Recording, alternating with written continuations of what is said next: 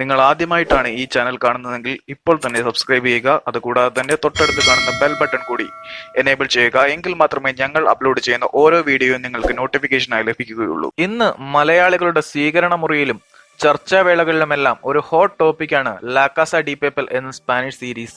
മണി heist എന്ന പേരിൽ നമുക്കെല്ലാവർക്കും സുപരിചിതമാണ് ഈ സ്പാനിഷ് സീരീസ്. പൊതുവെ സീരിയലുകൾ ഇഷ്ടപ്പെടാത്ത മലയാളിയുടെ മുന്നിലേക്ക് അപ്രതീക്ഷിതമായി വന്ന അതിഥിയാണ് മണി ഹേസ്റ്റ് എന്ന സ്പാനിഷ് സീരീസ്.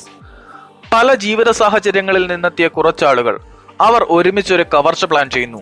അത് നിയന്ത്രിക്കാൻ പ്രൊഫസർ എന്ന് പേരുള്ള ബുദ്ധിരാക്ഷസനായ ഒരു ജിന്നും. ആദ്യം പുറത്തിറങ്ങിയത് 3 സീരീസുകൾ. 3-ാം ഭാഗം കണ്ടു കഴിയുമ്പോൾ പ്രേക്ഷകനെ വല്ലാത്തൊരു ത്രില്ലിംഗ് അനുഭവത്തിന്റെ കൊടുമുടിയിൽ കൊണ്ടു നിർത്തി 4-ാം ഭാഗത്തിന് കാത്തിരിപ്പ് ആരംഭിക്കുന്നിടത്ത് മണി ഹേസ്റ്റ് ഒരു മികച്ച കാഴ്ചവിരുന്ന് തന്നെയാകുന്നു. സ്പാനിഷ് സീരീസായ മണി ഹേസ്റ്റിലെ 4-ാം സീസൺ നെറ്റ്ഫ്ലിക്സിൽ റിലീസായപ്പോൾ വൻ സ്വീകരണം ആയിരുന്നു ലഭിച്ചത്. താരകപ്പെണ്ണാളെ BGM ഇട്ട് വന്ന ടിക്ടോക്ക് സ്റ്റാറ്റസുകൾ നല്ല രീതിയിൽ സോഷ്യൽ മീഡിയയിൽ വെറുപ്പിച്ച ശേഷമാണ് പലരും ആ സീരീസ് കണ്ടു തുടങ്ങുന്നത് തന്നെ. 3-ാം സീസൺ അവസാനിക്കുമ്പോൾ ലിസ്ബൺ അറസ്റ്റിലാകുന്നു. ഒരു ഫേക്ക് എക്സിക്യൂഷനിലൂടെയാണ് ലിസ്ബൺ മരിച്ചതെന്ന് പ്രൊഫസർ തെറ്റിദ്ധരിപ്പിക്കപ്പെടുന്നു. നൈറോബിക്ക് വെടിയേൽക്കുന്നു. മരണത്തിനും ജീവിതത്തിനും ഇടയിൽ ജീവൻ തുലാസിലാടുന്നു. മറ്റ് 2 സീസണിലെ പോലെ തന്നെ അവർക്കിടയിലെ ഇമോഷണൽ പ്രശ്നങ്ങളിലൂടെയാണ് 3-ാം സീസണും അവസാനിപ്പിച്ചത്. മണി ഹേസ്റ്റ് തുടക്കം മുതൽ കാണുന്നവർക്കറിയാം, ഹേസ്റ്റ് നടത്തുന്നവരുടെ ഇമോഷൻസിലൂടെയും ഹേസ്റ്റിംഗ് പ്ലാനിങ്ങിന് പ്രാധാന്യം നൽകുന്നതിനാൽ ആദ്യ 3 സീരീസുകളിലും നല്ല ലാഗ് തന്നെ ഈ സീരീസിനുണ്ട്. എന്നാൽ അത് വെച്ച് നോക്കുമ്പോൾ സീസൺ 4 ഒരു സർപ്രൈസ് തന്നെയായിരുന്നു. മറ്റ് 3 സീസണുകളെ അപേക്ഷിച്ച് കുറച്ചുകൂടി ഫാസ്റ്റ് പേസ്ഡ് ആണ് സീസൺ 4. ഓരോ എപ്പിസോഡും അവസാനിക്കുന്നതും വ്യക്തമായ ട്വിസ്റ്റുകളിലൂടെയാണ്. എന്നാൽ ചിലപ്പോഴെല്ലാം ചില സംഭവങ്ങൾ പ്രേക്ഷകനെ ചെറുതായി നിരാശപ്പെടുത്തുന്നുണ്ട്.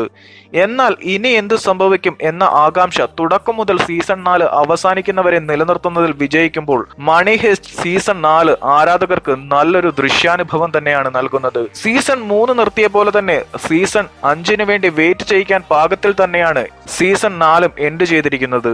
ഇനി മണി ഹേസ്റ്റിന്റെ ചരിത്രത്തിലേക്കും അത് എന്തുകൊണ്ട് ഇത്ര ജനകീയമായി എന്നും ഒന്ന് തിരിഞ്ഞു നോക്കാം. അലക്സ് പിന എന്ന വ്യക്തി ഒരു സ്പാനിഷ് ചാനലിനായി ചെയ്ത 15 എപ്പിസോഡുകൾ ഉള്ള ഒരു സീരീസ് ആയിരുന്നു ലാ കാസ ഡി പേപ്പൽ. അതിവിദഗ്ധമായ പദ്ധതികൾ ഉപയോഗിച്ച് സ്പെയിനിലെ റോയൽ മിന്റിൽ നിന്നും ഒരു കൂട്ടം ആളുകൾ പണം അടിച്ചെടുക്കുന്നതായിരുന്നു ഈ സീരീസിന്റെ ഇതിവൃത്തം. 2017 മെയ് 2 തുടങ്ങിയ ലാ കാസ ഡി പേപ്പലിന് ടെലിവിഷനിൽ വൻ സ്വീകരണമായിരുന്നു ആദ്യം ലഭിച്ചത്. എന്നാൽ ക്രമേണ ആ പിന്തുണ ഇല്ലാതെ ആയിക്കൊണ്ടിരുന്നു. 2017 ഡിസംബറിൽ ആദ്യ സീസൺ അവസാനിക്കുമ്പോൾ ആർക്കും വേണ്ടാത്ത ഒരു സാധാരണ സീരീസായി മണി ഹേസ്റ്റ് മാറി. അതോടെ അതിന്റെ അണിയറക്കാർ അവിടെ വെച്ചു തന്നെ ലാ കാസ ഡി പേപ്പലിന് തിരശ്ശീലയിടുവാൻ തീരുമാനിച്ചു. എന്നാൽ അവരെ കാത്തിരുന്ന വിധി മറ്റൊന്നായിരുന്നു. അവിടേക്കാണ് നെറ്റ്ഫ്ലിക്സ് എന്ന ആഗോള ഭീമന്റെ കടന്നുവരവ്.